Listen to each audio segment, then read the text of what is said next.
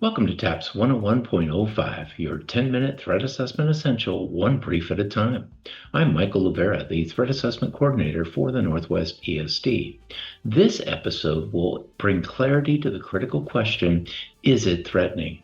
There are two concepts that help answer this question, reactive aggression and targeted violence. A third component, called the pathway to violence, will be explored in our next episode, 101.06, which will further explain the correlation between reactive aggression, targeted violence, and the pathway to violence. These three things together are an imperative component of threat assessment, so be sure to look for our next episode. You might ask, what is a threat? And OSPI defines a threat as an expression of an intent to cause physical harm to self or others. It may be expressed or communicated behaviorally, orally, visually, in writing, electronically, or through any other means. It is considered a threat regardless of whether it is observed by or communicated directly to the target or a third party. And it's even considered a threat if the target is unaware of the threat. Now, you may not be able to recite the OSPI definition of a threat, but there is a threat assessment principle you must understand, and it is this.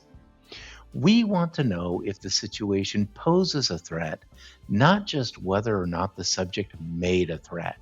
Again, a situation that poses a threat requires a different response than a situation where a threat was made but has little validity. Threat assessment works to identify, analyze, and ultimately mitigate behaviors of concern that pose a threat. Students and others, including you and me, have and make threats. Sometimes we do this without even recognizing that what we said or did could be perceived by someone else as being threatening. Have you ever been driving down the freeway in heavy traffic only to have an aggressive driver cut you off and you have to slam on your brakes? Maybe at that moment you muttered something like, I wish I could wring your neck, or some other phrase.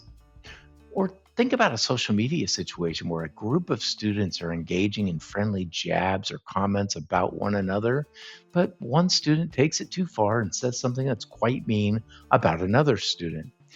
The student that's the target of this replies in a comment, "You will regret coming to school tomorrow." Or how about a student who does not like a lot of noise, and one day, more than usual, the lunchroom's quite noisy.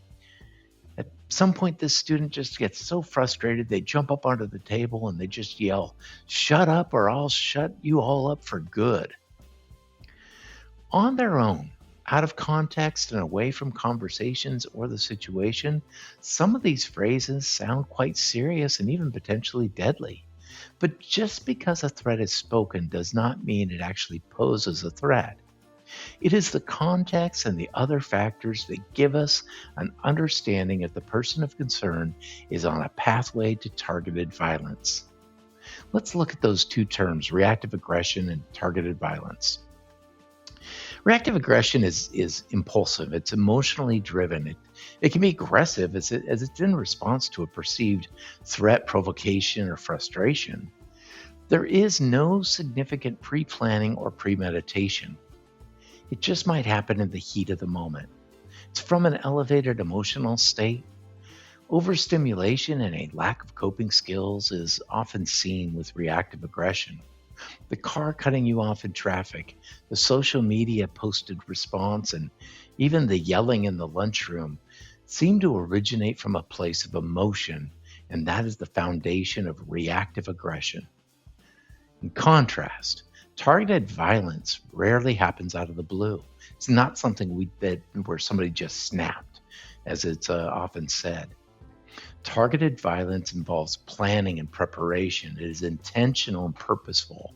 The person of concern, more likely than not, has given some indicators, even warning signs that had we known in advance of the attack, we could have offered resources, intervened, potentially prevented the incident from even occurring. Now, a cat analogy is used by many threat assessment professionals to help differentiate and show the difference between a reactive aggression and targeted violence. Let me explain. When I show the picture of this cat, nearly everyone comes to the same conclusion. The cat is angry or it's frightened. The cat perceives something is threatening and it's reacting by showing its teeth, hunching its back, its hair is standing up, its tail is rigid, claws are out. It's ready to fight. It's responding to stimuli. Now, for the next few minutes, you are a cat owner. Even if you're a dog person, just play this out with me. As you wake up and stumble to the kitchen to get a cup of coffee one morning, you don't see Mr. Snuggles laying near the table. You accidentally step on his tail, and Mr. Snuggles responds with a snarl and a hiss. And at that moment, you don't know if Mr. Snuggles is going to swipe at you or not. As far as we know, Mr. Snuggles had no intention of harming you this particular morning. He hadn't planned this encounter. He had reacted with big behavior to something that was done to him. Days later, you see Mr. Snuggles outside looking like this picture.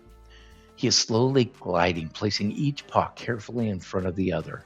His body is close to the ground and his tail is down. He doesn't want to draw attention. His fur is settled, but his whiskers angle forward. He is focused. He is stalking his prey. The behaviors of Mr. Snuggles differ dramatically between these two scenarios. When Mr. Snuggles perceives he's under attack or he's actually being harmed by someone accidentally stepping on his tail, Mr. Snuggles immediately reacts both verbally and behaviorally. He hisses. He shows big body behavior, which was activated by emotions of fear, anger, and danger. But when Mr. Snuggles is at his deadliest, the scenario where he's stalking his prey, he has planned his attack and he is slow and methodical in his approach. He is not displaying emotions as he does not want to cause alarm or be stopped. This is the Mr. Snuggles that poses the greatest threat. Let's watch this clip. It has no sound, so pay close attention.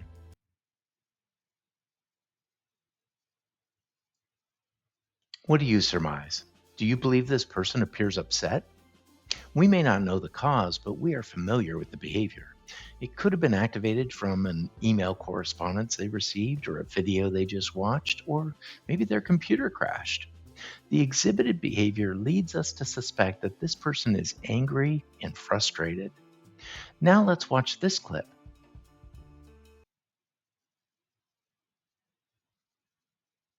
Again, we do not know what this person may be up to, but their demeanor causes most of us to be concerned. The way they act leads many of us to be vigilant of their presence around us. Reflecting back on the two videos, which person had the largest display of behavior? If there was sound, who was most likely making the most noise? The bigger the display of behavior does not, in and of itself, necessarily mean it is the higher threat. We want and need more context in order to either confirm or dismiss our suspicions. With Mr. Snuggles, it was simple for us to conclude that he hissed and snarled because his tail was stepped on. Not all reactionary aggression can be so easily deciphered. The threat assessment process assists in determining if the underlying behavior is from reactive aggression or if it is an act of targeted violence. Having an understanding of reactive aggression and targeted violence allows us to more appropriately apply a solution. As we learned from earlier lessons, threat assessment is not to be used for discipline. This does not mean that we simply dismiss behaviors such as reactive aggression. Instead, we rely on classroom management strategies, student codes of conduct, and the discipline process to address those situations. When targeted violence is discovered, a higher level of response is usually appropriate. The threat assessment model includes recommended actions that schools can and should take when targeted violence is uncovered.